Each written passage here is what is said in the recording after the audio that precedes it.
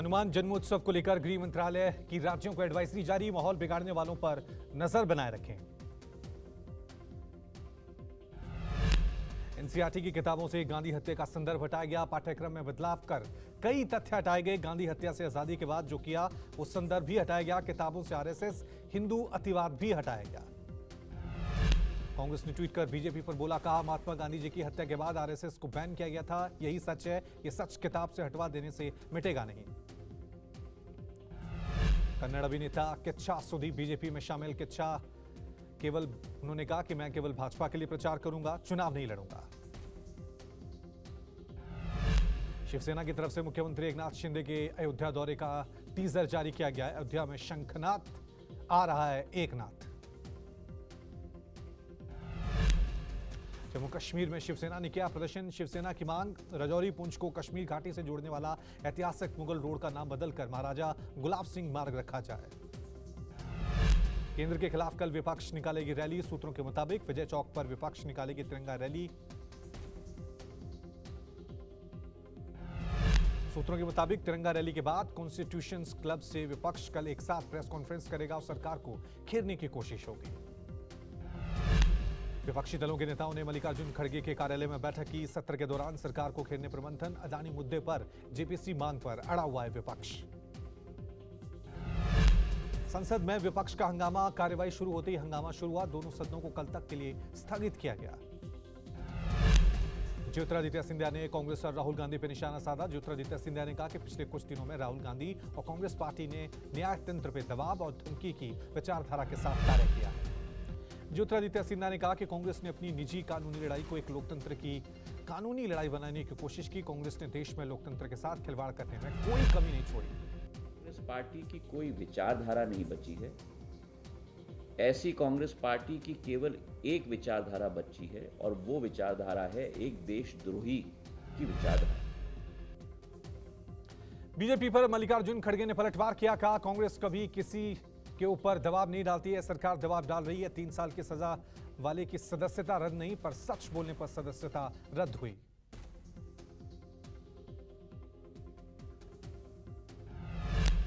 बिहार के नालंदा और सासाराम में हुई हिंसा को लेकर बिहार उनको पार्लियामेंट से बाहर रखा जाता है, तो इसी के ऊपर आप सोचिए कौन दबाव किसके ऊपर डाल रहा है और किसको रिलीफ आज मिल रहा है।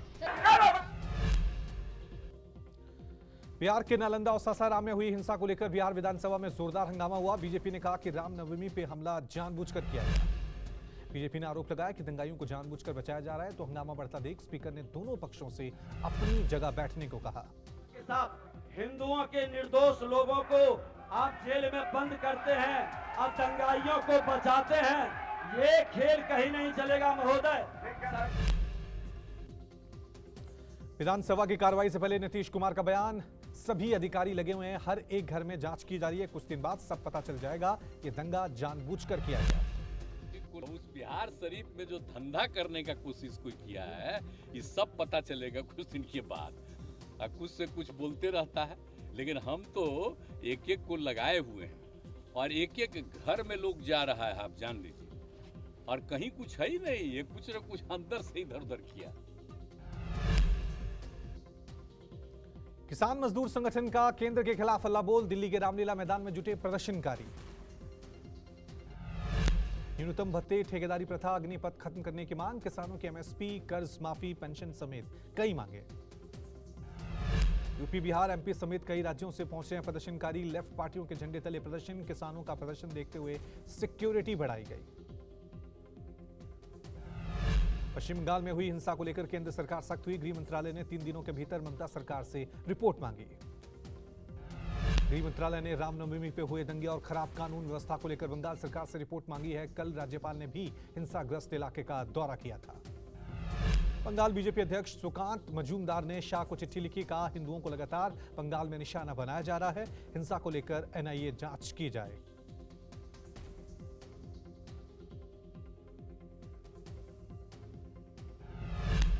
हनुमान जयंती को लेकर दिल्ली के जहांगीरपुरी इलाके में अलर्ट, कुछ संगठनों ने हनुमान जयंती के मौके पर शोभा यात्रा निकालने की बात कही। दिल्ली पुलिस ने शोभा यात्रा निकालने की इजाजत नहीं दी है, लिहाजा इलाके में सुरक्षा कड़ी की गई है। पुलिस जहांगीरपुरी में लगातार गश्त करने में जुटी। तेलंगाना पुलिस ने बीजेपी प्रदेश अध्यक्ष बंदी संजय कुमार को करीमनगर से हिरासत में लिया। पेपर लीक मामले में बंदी संजय आज प्रेस कॉन्फ्रेंस करने वाले थे। आज रात को बंदी संजय कुमार को हिरासत में लिए जाने का बीजेपी ने विरोध किया। पुलिस से कार्यकर्ताओं की तीखी झड़प। बीजेपी के प्रदेश महासचिव प्रेमेंद्र रेड्डी ने कहा कि तेलंगाना में पीएम मोदी के कार्यक्रम में खलल डालने की कोशिश है। पुलिस ने अवैध रूप से बीजेपी प्रदेश अध्यक्ष को हिरासत में लिया। कर्नाटक विधानसभा चुनाव को लेकर आज आएगी कांग्रेस प्रत्याशियों की दूसरी लिस्ट। कल कांग्रेस इलेक्शन कमेटी की मीटिंग हुई थी, जिसमें खड़गे समेत राहुल गांधी शामिल हुए थे। बैठक में चुनावी कैंपेन और बाकी बची सीटों को लेकर चर्चा हुई। कांग्रेस ने अब तक 124 सीटों पर प्रत्याशियों की घोषणा कर दी थी। बाकी बची 100 सीटों के लिए आज प्रत्याशियों की दूसरी लिस्ट आएगी। पंजाब सरकार ने युवाओं की मदद के लिए नौजवान सभा आयोजित करने का फैसला किया। सीएम मान के मुताबिक हर दिन में नौजवान सभा का आयोजन किया जाएगा। पंजाब सरकार की पहल नौजवान सभा में युवाओं से उनके बिजनेस आइडिया लिए जाएंगे। बिजनेस आइडिया को डेवलप करने के बाद पंजाब सरकार उनको आर्थिक मदद देगी। भगवंत मान ने कहा कि पंजाब के नौजवान नौकरी मांगने वाले नहीं, नौकरी देने वाले बने। हमको वर्क कल्चर डेवलप करना है, युवा अपने रोल मॉडल खुद बने। दिल्ली के नांगलोई में ज्वेलरी शोरूम को हथियारबंद बदमाशों ने लूटा। 1 करोड़ की कीमत का 2 किलो से ज्यादा सोना लूटकर बदमाश फरार हुए। लूट की पूरी वारदात सीसीटीवी में कैद। भोजपुरी अभिनेत्री आकांक्षा दुबे का पोस्टमार्टम रिपोर्ट सामने आया। आकांक्षा दुबे के वकील ने कई सवाल खड़े किए। पोस्टमार्टम रिपोर्ट में आकांक्षा के पेट में भूरे रंग का लिक्विड मिला है। कलाई पर भी चोट के निशान।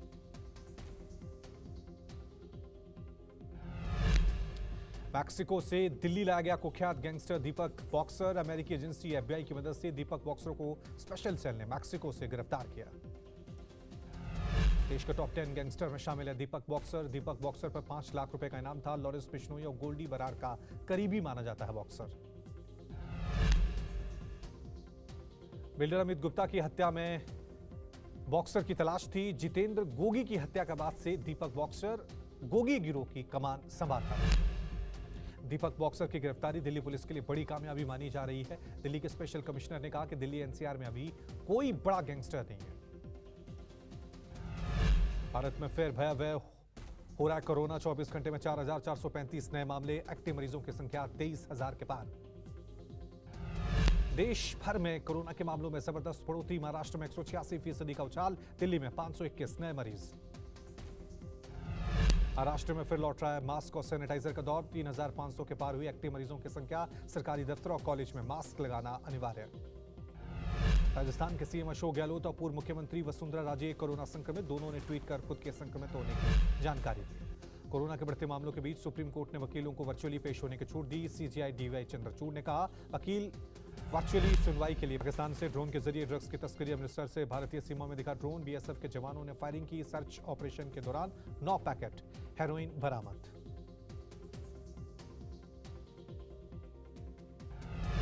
तीन निजी कंपनियों ने दूध के दामों में बढ़ोतरी की है। 2 रुपए प्रति लीटर और 8 रुपए प्रति लीटर की बढ़ोतरी की गई है। दूध के बड़े दामों पर जयराम रमेश ने मोदी सरकार को घेरा। ट्वीट करके कहा आज दूध की कीमत 56 रुपए लीटर। 1 साल में 15% की वृद्धि। 1 दशक में सबसे तेज। जयराम रमेश ने ट्वीट करके कहा कि महंगाई भारत जोड़ो यात्रा के प्राथमिक मुद्दों में था कि कैसे महंगाई के कारण आवश्यक वस्तुएं आम लोगों की पहुंच से बाहर हो रही हैं। मोदी है तो ये भी मुमकिन है। दिल्ली में विश्व शांति सद्भाव दिवस कार्यक्रम में केंद्रीय मंत्री रविशंकर प्रसाद ने शिरकत की। समारोह में केरल के गवर्नर आरिफ मोहम्मद खान भी पहुंचे। दिल्ली के गवर्नर वीके सक्सेना ने अशोकनगर में जेलरवाला बाग और वैष्णवी पार्क का दौरा किया। इस दौरान गवर्नर ने पार्क का जायजा लिया। देहरादून में मां संतला मंदिर में भक्तों का तांता लगा। बड़ी संख्या में लोग मंदिर में पूजा अर्चना करते हुए नजर आए। मंदिर 11वीं सदी पुराना बताया जा रहा है। रमजान के महीने में खाने पीने की चीजों के लिए भिंडी बाजार में भीड़ लगी। बाजार में बड़ी संख्या में लोग खरीदारी करने निकले। भोपाल में शराब दुकानों को हटाने की मांग को लेकर विरोध जारी। लोगों ने बांटा दूध। हनुमान चालीसा का पाठ किया।